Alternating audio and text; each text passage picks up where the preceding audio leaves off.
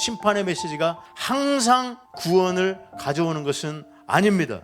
하나님의 말씀을 듣는 사람이 어떤 반응을 보이느냐에 따라서 그 결과는 극단적으로 달라지게 됩니다. 예를 들어서 열왕기하 22장 가운데 몇 구절을 볼 텐데요. 열왕기하 22장 3절 그리고 10절과 11절입니다. 요시야 왕 18째 해에 왕이 무슬람의 손자 아살리아의 아들 서기관 사반을 여호와의 성전에 보내며 이르되, 또 서기관 사반이 왕에게 말하여 이르되, 제사장 hil기야가 내게 책을 주더이다 하고 사반이 왕의 앞에서 읽음에 왕이 율법책의 말을 듣자 곧 그의 옷을 찢으니라.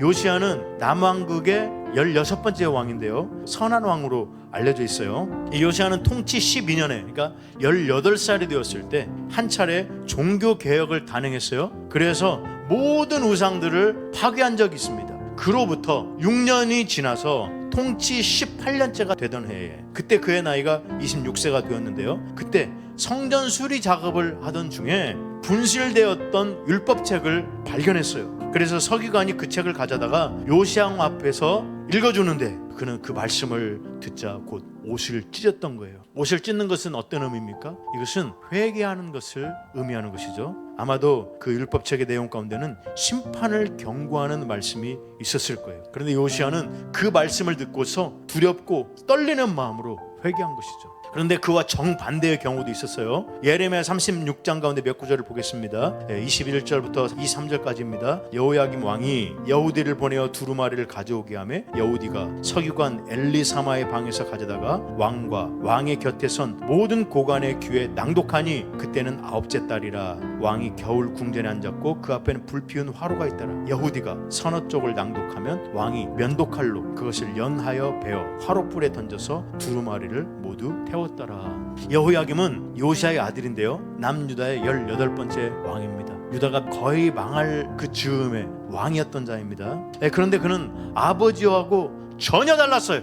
여호야김은 예레미야를 통해서 주어진 하나님의 말씀을 듣고도 두려워하거나 옷을 찢지 않았어요. 오히려 말씀을 우습게 여겨서 말씀이 적혀있는 두루마리를 칼로 베어버리고 화롯불에 던져서 태워버렸어요. 두 사람은 아주 전혀 상반된 태도를 보여주었죠. 한 사람은 옷을 찢었어요. 한 사람은 말씀을 찢어버렸어요. 그 결과도 완전히 상반되게 나타났습니다. 옷을 찢은 요시야에게는요, 하나님께서 평안을 약속하셨어요. 너는 평안히 묘실로 들어가게 될 것이다. 내가 이곳에 내리는 모든 재앙을 너는 보지 않게 될 것이다. 하지만 여호야김에 대해서는요, 심판과 버림당함과 재앙을 선언하셨어요. 그에게 다윗의 왕이 앉을 자가 없게 될 것이다. 그의 시체는 버림을 당해서 낮에는 더위 밤에는 추위를 당할 것이다. 사랑하는 여러분 하나님의 말씀을 때 어떻게 듣고 있습니까? 요시야는요, 단순히 옷만 찢은 것이 아니었어요. 열왕기하 22장 29절입니다. 내가 이곳과 그 주민에게 대하여